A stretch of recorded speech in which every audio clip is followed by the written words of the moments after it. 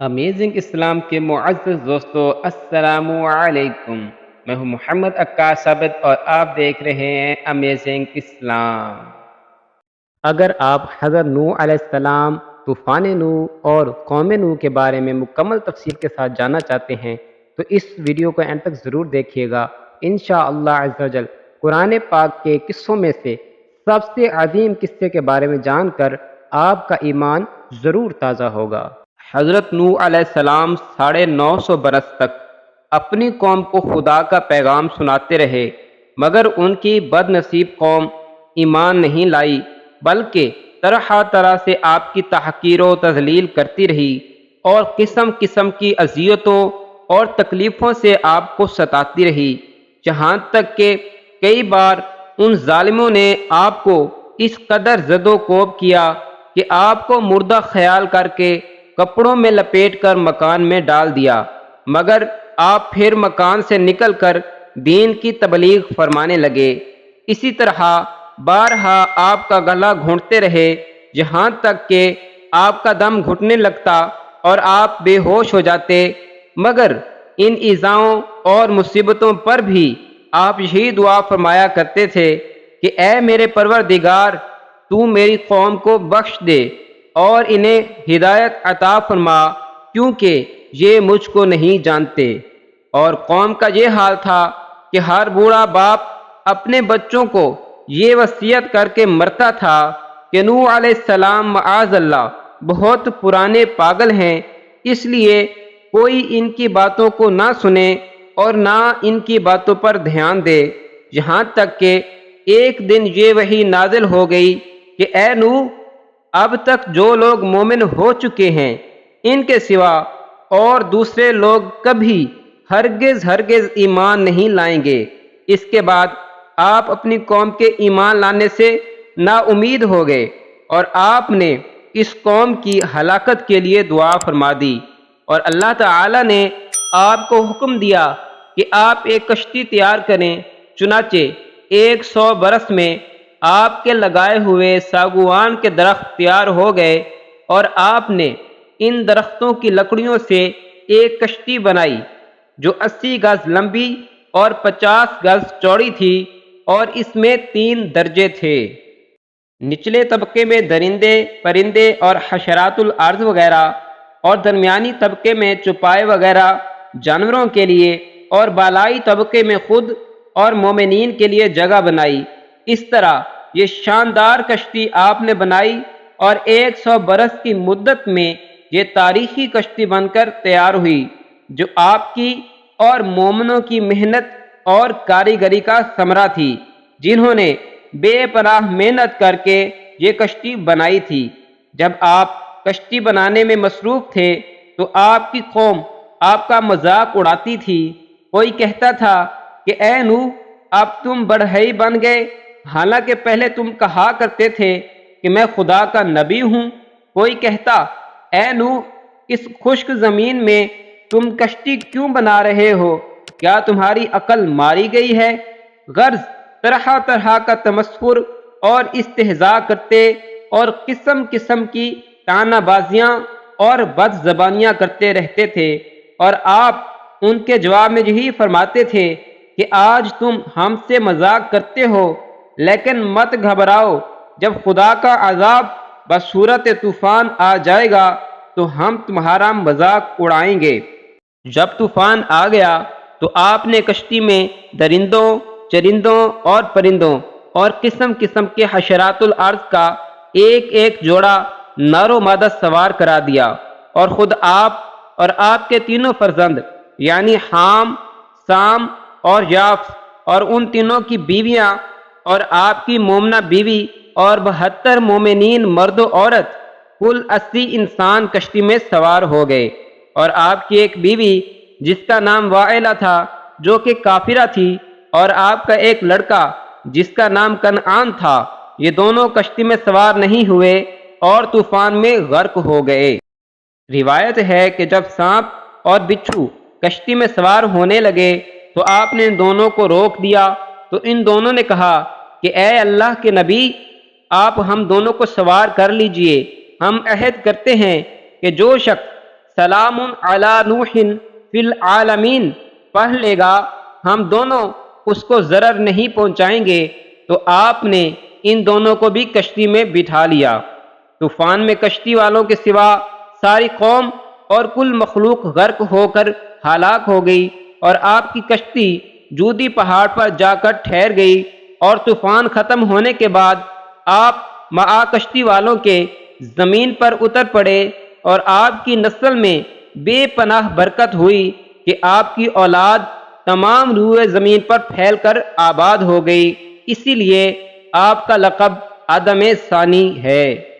قرآن مجید میں خداوند عز و جل نے اس واقعہ کو ان الفاظ میں بیان فرمایا ہے۔ ترجمہ: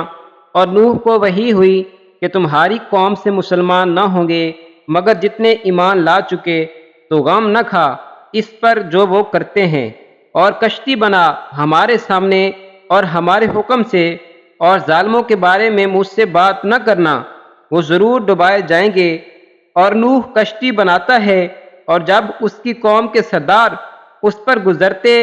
اس پر ہنستے، بولا اگر تم ہم پر ہنستے ہو تو ایک وقت ہم تم پر ہنسیں گے جیسا تم ہنستے ہو، تو اب جان جاؤ گے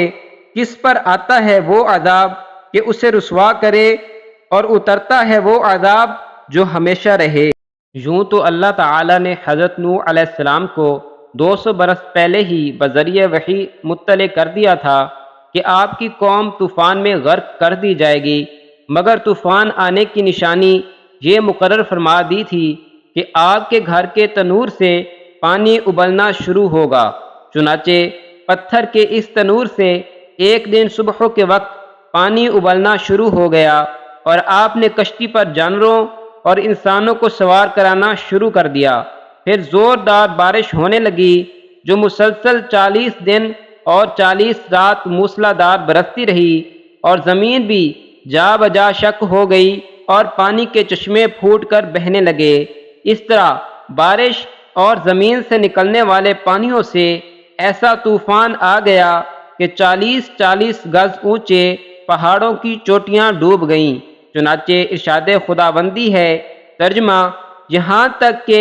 جب ہمارا حکم آیا اور تنور ابلا، ہم نے فرمایا کشتی میں سوار کر لے ہر جنس میں سے ایک جوڑا، نر اور مادہ، اور جن پر بات پڑ چکی ہے ان کے سوا اپنے گھر والوں اور باقی مسلمانوں کو،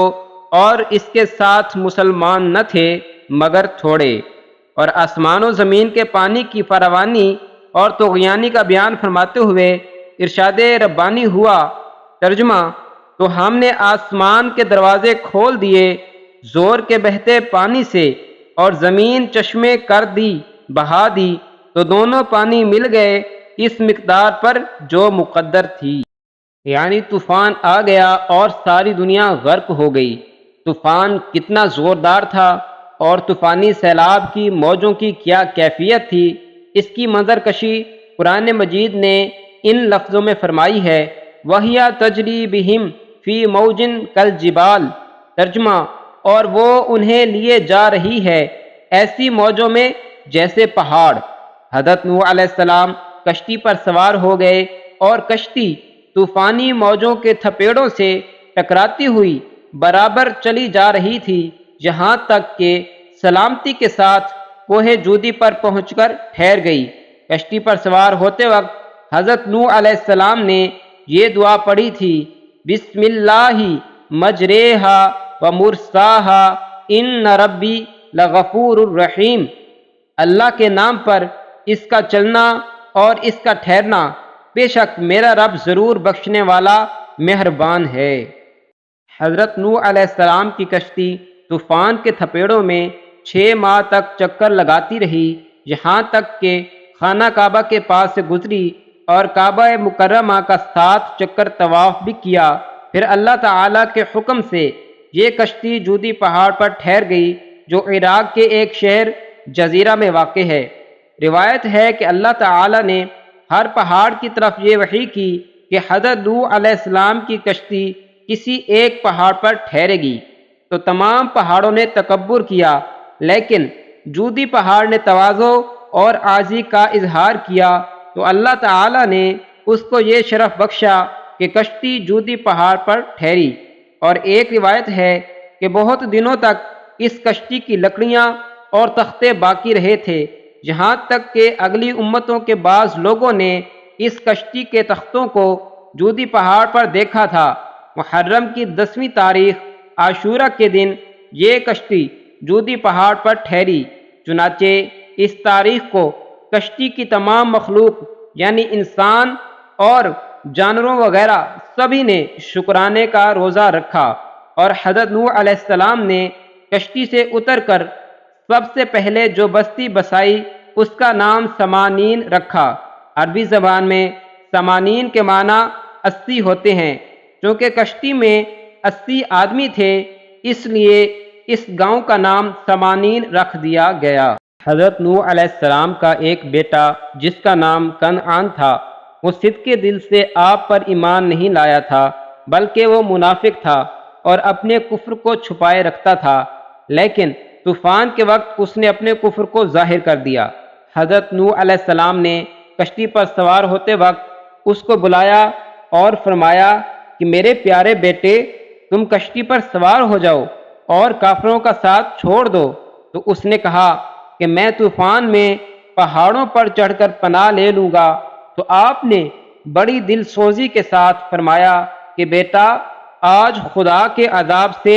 کوئی کسی کو نہیں بچا سکتا، ہاں جس پر خداوند کریم اپنا رحم فرمائے بس وہی بچ سکتا ہے۔ باپ بیٹے میں یہ گفتگو ہو رہی تھی کہ ایک زوردار موج آئی اور کنعان غرق ہو گیا، اور ایک روایت میں یہ بھی آیا ہے کہ کنعان ایک بلند پہاڑ پر چڑھ کر ایک غار میں چھپ گیا اور غار کے تمام سوراخوں کو بند کر لیا، مگر جب طوفان کی موج اس پہاڑ کی چوٹی سے ٹکرائی تو غار میں پانی بھر گیا۔ اس طرح کنعان اپنے بول و براز میں لت پت ہو کر غرق ہو گیا۔ جب حضرت نوح علیہ السلام کی کشتی جودی پہاڑ پر پہنچ کر ٹھہر گئی اور سب کفار غرق ہو کر فنا ہو چکے، تو اللہ تعالیٰ نے زمین کو حکم دیا کہ اے زمین، جتنا پانی تجھ سے چشموں کی صورت میں نکلا ہے تو ان سب پانیوں کو پی لے، اور اے آسمان، تو اپنی بارش بند کر دے۔ چنانچہ پانی گھٹنا شروع ہو گیا اور طوفان ختم ہو گیا۔ پھر اللہ تعالیٰ نے حضرت نوح علیہ السلام کو حکم دیا کہ اے نوح، آپ کشتی سے اتر جائیے، اللہ کی طرف سے سلامتی اور برکتیں آپ پر بھی ہیں اور ان لوگوں پر بھی ہیں جو کشتی میں آپ کے ساتھ رہے۔ آخر میں اللہ پاک کی بارگاہ میں دعا ہے کہ اللہ پاک ہمیں قرآنی قصوں سے درس ہدایت اور درس عبرت حاصل کرنے کی توفیق عطا فرمائے، اور ہمیں قرآن کے مطابق زندگی گزارنے کی توفیق عطا فرمائے۔